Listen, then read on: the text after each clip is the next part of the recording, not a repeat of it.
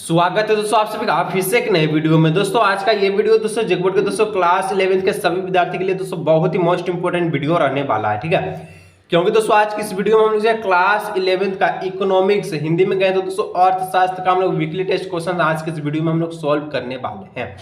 इसलिए दोस्तों आप वीडियो को अंत तक देखिएगा, जितना भी दोस्तों को जरूर शेयर कीजिएगा। और अगर यदि दोस्तों आप चैनल पर पहली बार आए तो चैनल को सब्सक्राइब करने के साथ साथ नोटिफिकेशन को ऑल पे प्रेस कर लीजिएगा और वीडियो को एक लाइक कर लीजिएगा, ठीक है। जिस प्रकार से दोस्तों आप जियोग्राफी का वीकली टेस्ट देखे आए हैं उसी प्रकार से दोस्तों आपका जो है इकोनॉमिक्स का वीकली टेस्ट होगा। कहने का मतलब है इकोनॉमिक्स में दोस्तों आपका 10 गो प्रश्न है एमसीक्यू और आपका 6 गो आपका जो है सब्जेक्टिव प्रश्न है। तो चलिए बिना देरी के हम लोग जो वीडियो को स्टार्ट करते हैं, वीडियो को अंत तक देखिएगा, ठीक है। तो class 11th economics weekly test में आपका जो पहला प्रश्न है दोस्तों कहता है, क्या कहता है देखिए। सबसे पहले आपको सेक्शन ए मिलेगा। सेक्शन ए में दोस्तों जितना भी प्रश्न है वो 2 नंबर का रहेगा और 10 गो प्रश्न रहेगा तो आपको 20 नंबर सेक्शन ए दिलाएगा, ठीक है। और ये सारा ऑब्जेक्टिव रहेगा यानी कि एमसीक्यू क्वेश्चन रहेगा। तो चलिए पहला प्रश्न दोस्तों आपका वीकली टेस्ट का रहने वाला कहता है आधार वर्ष में सूचकांक का मूल्य क्या होता है। आधार वर्ष में दोस्तों सूचकांक का मूल्य क्या होता है, 1, 0, 100 इनमें से कोई नहीं। तो इसका जो right answer option number C हो जाएगा, 100 होता है, ठीक है। याद रखिए आधार वर्ष में सूचकांक का मूल्य 100 होता है। 2 नंबर दोस्तों आपसे पूछा गया है सरकार को वेतन नीति बनाने के लिए उपयोगी होता है। तो सरकार को दोस्तों वेतन नीति बनाने के लिए क्या उपयोगी होता है, तो यहाँ पर जो ऑप्शन नंबर डी दिख रहा है ना, जीवन निर्वाह संबंधित निर्देशक यही निर्देशांक यही क्या होता है, उपयोगी होता है। जितना भी प्रश्न दोस्तों उसको देख के 100% यही प्रश्न आने वाला है, ठीक है। और सबसे पहले हम लोग एमसीक्यू 10 देख लेते, उसके बाद सब्जेक्टिव इसी वीडियो में हम लोग कवर करने वाले हैं। 3 नंबर दोस्तों आपसे पूछा गया है कि किनके सूत्र को सूचकांक निर्माण के लिए माना जाता है। तो किनके सूत्र को दोस्तों सूचकांक निर्माण के लिए माना जाता है, तो फिशर का सूत्र। किसका, फिशर का सूत्र को सूचकांक निर्माण के लिए माना जाता है। ऑप्शन नंबर दोस्तों भी इसका राइट आंसर हो जाएगा, ठीक है। चलिए एक भी गलत करके मत आइएगा, जो जो ऑप्शन बता रहे उसी को टिक करके आइएगा, ठीक है। चलिए 4 नंबर दोस्तों बोलता है आधार वर्ष चुनने की समस्या किसकी है। तो आधार वर्ष दोस्तों चुनने की जो समस्या है ये निर्देशांक है। किसके, निर्देशांक। ऑप्शन नंबर 4 का ए इसका राइट आंसर हो जाएगा, ठीक है। चलिए 5 नंबर दोस्तों पूछा गया है कि उत्पाद की प्रामाणिकता हेतु इस चिन्ह पर स्थान दिया जाना चाहिए। किसका स्थान देना चाहिए दोस्तों, उत्पाद पे। उत्पाद भी याद रखिएगा ISI का मार्क होता है, ISI का। जो ऑप्शन नंबर सी दिख रहा है ऑप्शन नंबर सी इसका राइट आंसर होगा। उत्पाद की प्रामाणिकता पर दोस्तों ISI का मार्क होता है, ठीक है। चलिए 6 नंबर दोस्तों पूछा गया है निर्देशांक का गुण है। निर्देशांक का गुण होता है या है, क्या होता है। तो निर्देशांक का जो गुण होता है दोस्तों तुलना का आधार, प्रतिशतों का आधार, संख्या द्वारा प्रदर्शित, यानी कि option number D all of the above उपयोग सभी इसका राइट आंसर होगा, ठीक है। 7 नंबर दोस्तों पूछा गया है प्रोजेक्ट के लिए क्या महत्वपूर्ण है। तो प्रोजेक्ट के लिए क्या महत्वपूर्ण होता है, क्या कच्चा आंकड़ा या सूचना।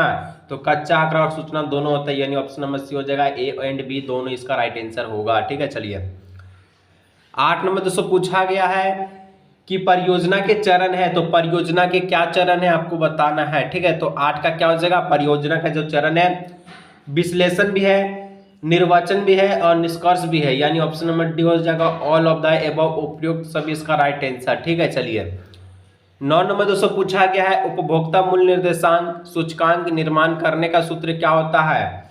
उपभोक्ता मूल्य निर्देशांक सूचकांक निर्माण करने का जो सूत्र होता है क्या होता है, फिशर का नियम के अनुसार सीमा P1 Q0 बाटे सीमा P0 Q0। ऑप्शन नंबर जो ए है ये आपका राइट आंसर हो जाएगा, ठीक है। चलिए 10 नंबर दोस्तों जो कि ऑब्जेक्टिव का लास्ट प्रश्न है इसको देख लीजिए और यहाँ से सबसे पहले आप 20 नंबर पक्का कीजिए, ठीक है। यही आपका प्रश्न आने वाला है।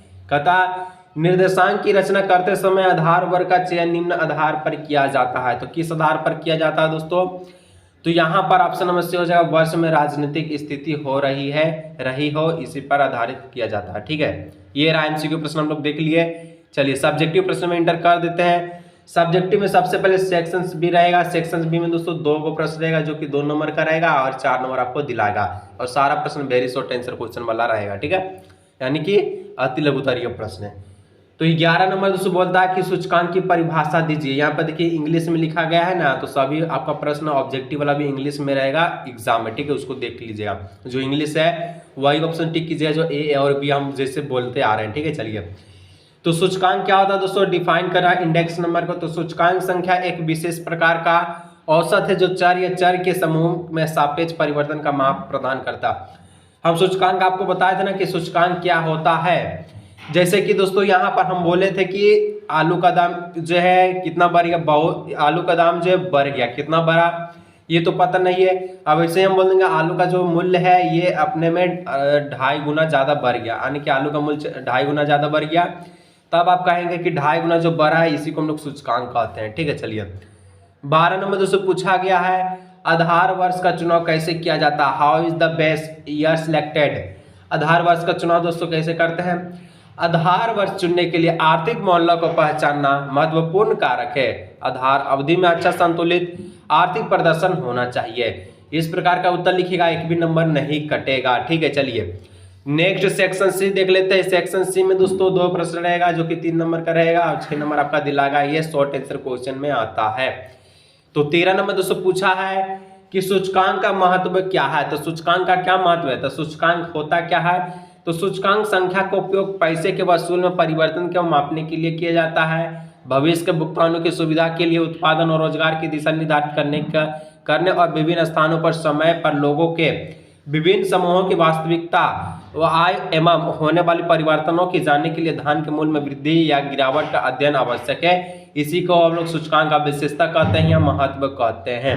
तो इस प्रकार से उत्तर को लिखिएगा। ठीक है, चलिए आगे दोस्तों नेक्स्ट 14 नंबर बोलता है उपभोक्ता जागरूकता का क्या अर्थ है। तो उपभोक्ता जागरूकता का मतलब क्या होता है, तो देखिए उत्तर में लिखिएगा उपभोक्ता जागरूकता यह सुनिश्चित करने का एक प्रदर्शन है कि जो क्रेता तथा जो क्रेता वस्तु उत्पादन प्रशासकों और खरीदने के विशेषाधिकारी के बारे में डेटा और जानकारी के बारे में प्राप्त करता है, इसी को उपभोक्ता जागरूकता कहते हैं। जो सेक्शन डी है दोस्तों, सेक्शन डी में दोस्तों अभी हम जो प्रश्न उसका आंसर नहीं लिख पाए हैं, इतना ही प्रश्न का आंसर लिखे हैं। अगर आपको वीडियो अच्छा लगे दोस्तों वीडियो को लाइक कर लीजिए। ठीक है, और सेक्शन सी का जो प्रश्न है आपको हो सकता है तो इसका बाद हम वीडियो को आपको बना के बता दें, तो आप चैनल को सब्सक्राइब करके बेल नोटिफिकेशन को ऑल पे प्रेस कर लीजिएगा। ठीक है।